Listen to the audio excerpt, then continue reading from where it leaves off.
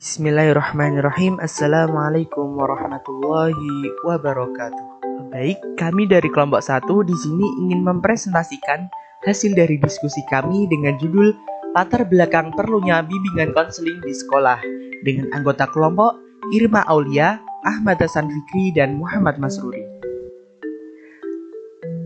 Pengertian bimbingan konseling. Kata bimbingan merupakan terjemahan dari guidance dalam bahasa Inggris.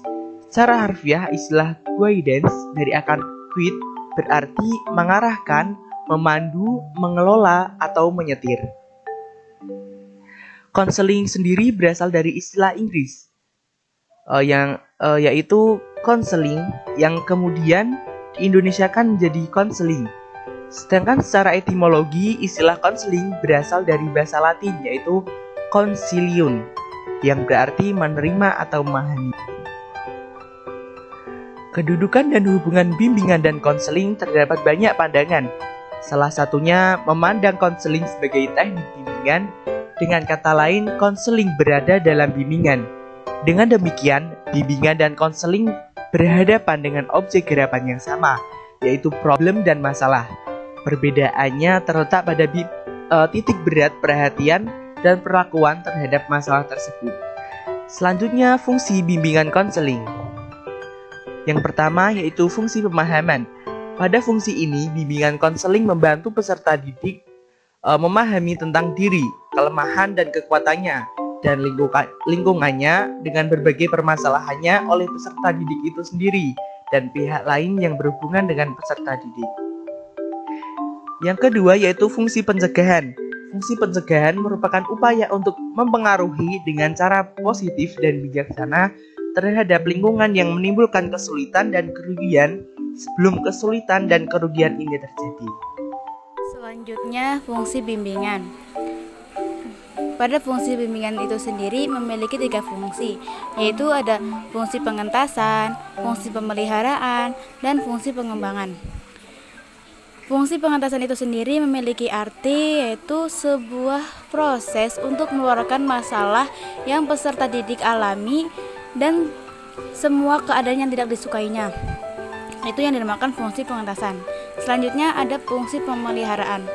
Yang dimaksud dengan fungsi pemeliharaan itu memelihara segala sesuatu yang baik yang ada pada diri peserta didik, baik dari bawaan maupun hasil pengembangan yang diperolehnya selama belajar dan dari pengalamannya. Yang terakhir ada fungsi pengembangan. Fungsi pengembangan itu diartikan sebagai mempertahankan dan menambah baik, artinya bahwa fungsi pemeliharaan harus tetap dilaksanakan untuk membangun dan mengembangkannya. Selanjutnya ada tujuan bimbingan konseling. Myers menyatakan bahwa tujuan bimbingan dan konseling adalah tercapainya pengembangan peserta didik secara optimal yang mengarah pada perubahan positif. Kalau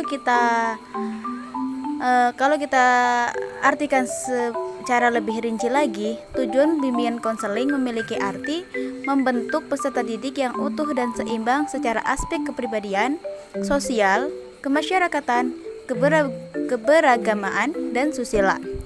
Sedangkan secara khusus, layanan bimbingan konseling bertujuan untuk membantu peserta didik mencapai tujuan-tujuan perkembangannya dalam aspek pribadi, sosial, belajar, dan karir.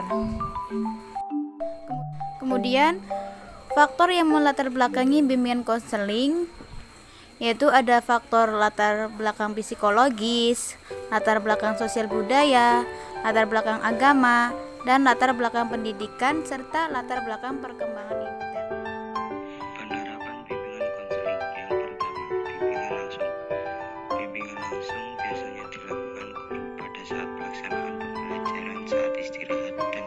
Ekstrakurikuler seperti pembacaan Asmaul Husna, berdoa rapi dalam penampilan, penanaman sikap dan tanggung jawab, sholat berjamaah, sikap dalam bermain, menolong dan jujur. Guru BK biasanya memberikan bimbingan sesuai dengan masalah.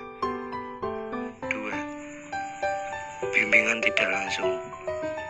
Yang pertama, guru kelas dapat memadukan materi bimbingan dan konseling ke dalam materi pembelajaran sesuai. Materi bahasa Indonesia digunakan untuk menumbuhkan karakter santun dalam berkomunikasi dan suka membaca. B. Materi pendidikan kewarganegaraan digunakan untuk menumbuhkan sikap cinta pada tanah air. C. Materi matematika digunakan untuk menumbuhkan karakter kritis dan jujur dalam berbuat. D. Materi ilmu pengetahuan sosial digunakan untuk menumbuhkan sikap peduli, empati, suka menolong, dan bertanggung jawab terhadap semua yang dikerjakannya. Yang kedua, pemilihan media pembelajaran yang mendukung kemandirian peserta didik dalam belajar dan yang sekiranya dapat membantu mempermudah anak dalam memahami materi pembelajaran atau metode yang dapat merangsang pikiran dan psikomotorik peserta didik. Mungkin cukup sekian presentasi dari kelompok kami, kurang lebihnya mohon maaf. Wassalamualaikum warahmatullahi wabarakatuh.